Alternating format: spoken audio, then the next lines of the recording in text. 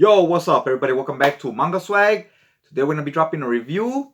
I'm gonna be reviewing this book. It's not a manga. This is called Kill All Monsters. Writer Michael May and artist is Jason Copland. This is the cover of it. Now we'll do a brief overview, show the build of it, and flip through a few of the pages, and I'll talk about it a little bit. I decided to review this because it reads kind of like a manga. It's very light on the dialogue, and it is in black and white.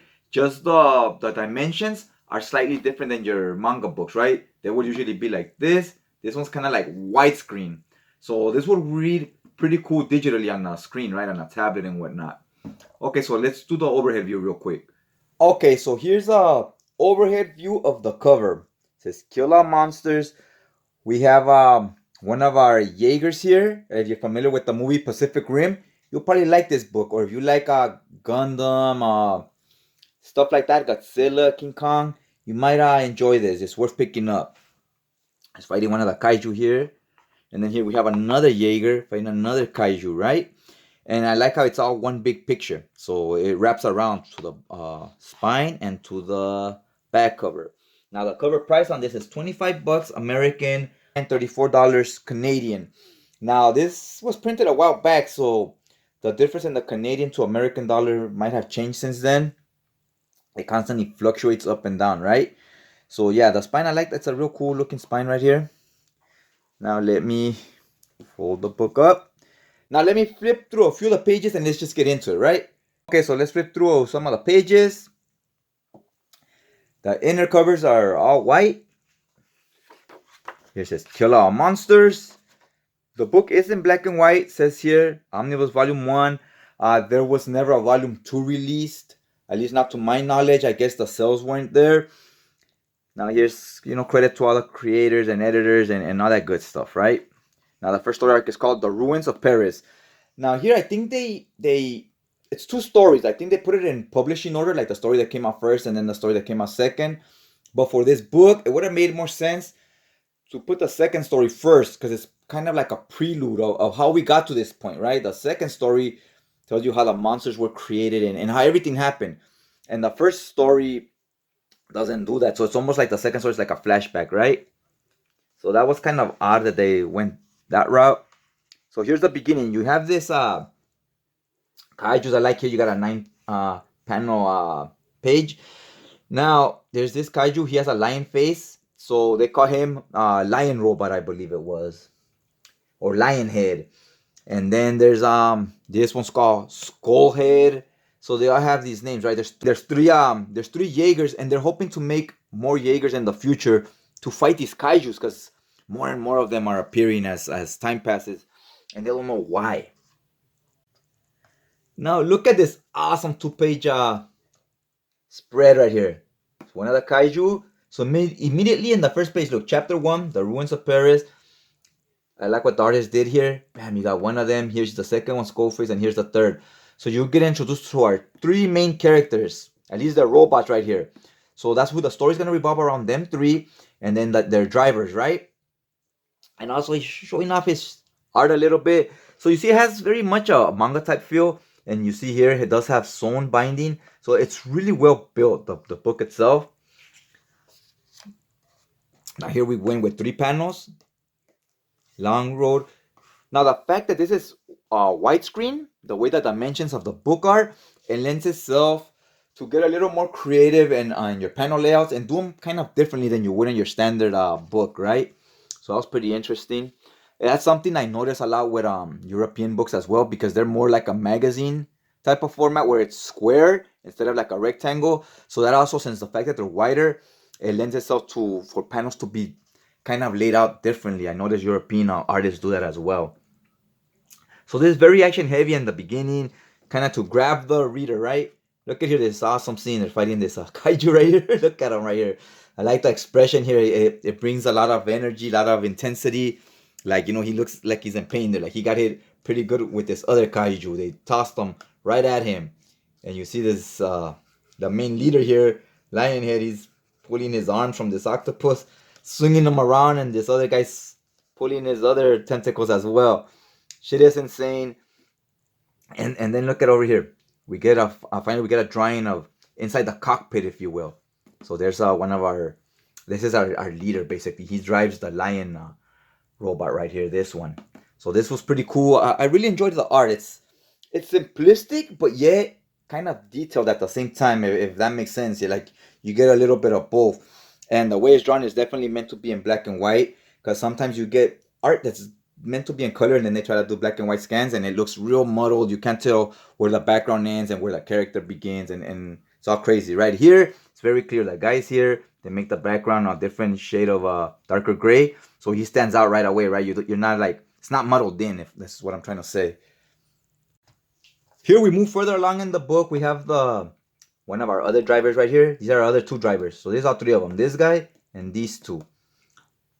And this story is pretty simplistic. It's, I mean, not completely simplistic. The dialogue is simplistic, but the story itself, what I'm trying to say about the story is it's a story we've seen before, but it's well written here. It's if you've watched Alien movies or you've read Alien comics, there's a trope in Alien books where we've seen this a lot, where when they're fighting the aliens, they tell you something along the lines of, oh, the aliens are just doing what's in their nature, so we just kill them, right? They go, they're not the real villain, they're just primal, they don't have IQ. They go, the real villain is always one of the humans on the team betrays the team, right? Then that's the real villain, because he knows what he's doing or she knows what she's doing, and they want to like keep one of the aliens alive to bring them back to Earth, and they think they'll get rich, right? There's always something like that, or some type of alien egg or something in those movies.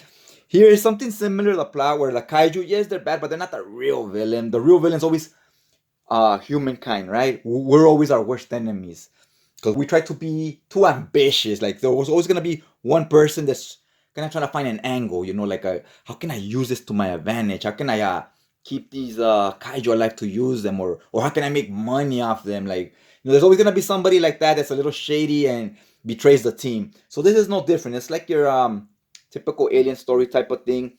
I have not read a lot of like Gundam or Godzilla and stuff, so I'm not familiar with the way they tell those stories. If maybe that's a trope in those stories as well. But in Alien, it's a constant. They always do that.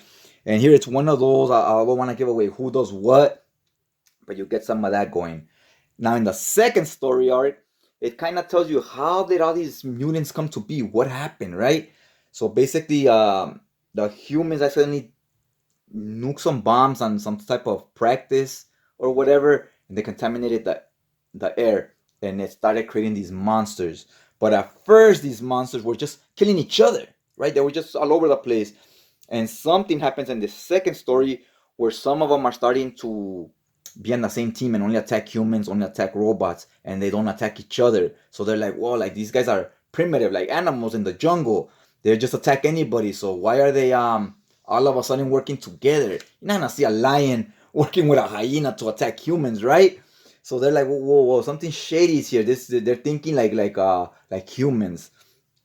Will not give more of a story away, but I will flip to some of the cover gallery, right? All right, check this out. It says pinup gallery and all the artists involved right here and so forth. Now look at this page. This is a page that was not meant to be in black and white. So now you see what I'm saying? Like, look at the water and everything. Everything gets muddled in together. Like, look at this, a monster right here. These hands, which the art itself looks really good. But you see how there's these monster hands and they almost just blend in with the water and the rest of the background, because this was meant to be in color. The robot itself stands out because he's not overly detailed and he's just all white. But everything else is like grayish, so it mixes in with other gray.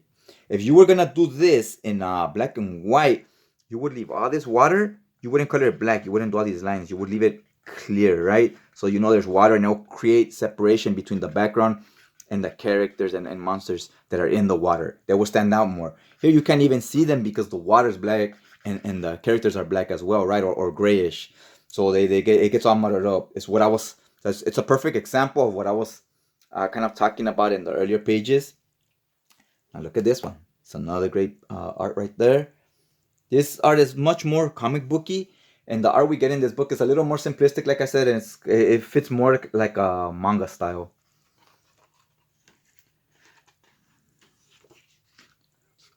This one's awesome right here. Uber detail right here. It looks wicked. This almost looks like a real lion right here, right? Doesn't even look like a robot there. Really enjoyed this page. And this one's more closer to like the type of art we got in the book itself. A little more straightforward, more simplistic, almost like a cartoon, which fits the manga style, like I said. And it's not a bad thing. Just because it's more simplistic doesn't make it better or worse, right? It's all in the delivery and the way you lay the panels out and the way you tell the story with that art, right? You could get somebody with great art like this, but if you don't know how to move the action or the story from panel to panel, he's just gonna be a cover artist, right? Because you're not gonna enjoy the way the characters can look stiff or like they're posing instead of moving around. So yeah, hopefully if you guys like manga, this is worth checking out. You can find it on eBay for like $12. Sometimes a little more or less depending. Like this one, I got it I think for 12 because it had the overstock mark, and right here is came kind of damaged. But for almost for like 360 something pages worth of material for like $12. That's including shipping. I thought it was totally worth it. Alright guys, so that's about it for the video. Hopefully you got something out of it, you at least enjoyed me flipping through the pages a little bit, enjoyed that art. And hopefully this introduced you to, a title maybe you haven't heard of, right? It's not a manga, but it's something similar to a manga, right? So you could kind of like expand your reach outside of manga, like let me check out some of this other stuff, right? And this would be a good stepping stone towards wanting to check out some Western comics, because this is closer to a manga than it is to a Western comic, right? But that way you could at least take baby steps, and if you like this, you could check out other things. Another thing I would say is if you ever want to check out a lot of different style of books, Dark Horse is the best place because they have European books, French books, Italian books, German books, Japanese books, and American books. So they have all kinds of different titles from all over the world. They get different licenses, right? So that's a good company to check out. If you like the video, hopefully you hit that like button. It really goes a long way. It helps out the channel. And if you're not already subscribed, hit that subscribe button. That way, it'll notify you on your feed the next time a new video drops. Other than that, I'd just like to thank you guys for taking some time out of your day, checking out the video. It really helps out. And just check you guys out next time.